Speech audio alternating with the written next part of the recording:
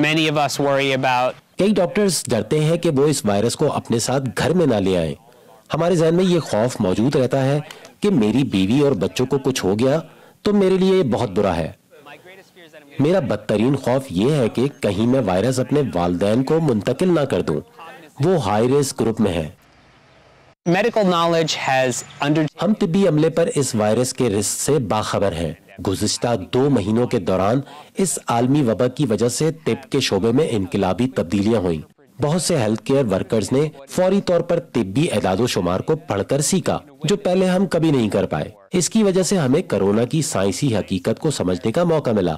ہم 2 ماہ پہلے کی نسبت اب زیادہ تیار ہیں اور اگلے ماہ اس سے بھی زیادہ ہوں گے. جس طرح ہم معلومات کو سمجھ رہے ہیں اس نے ہماری زندگیوں کو بہت مثبت انداز میں تبدیل کیا ہے.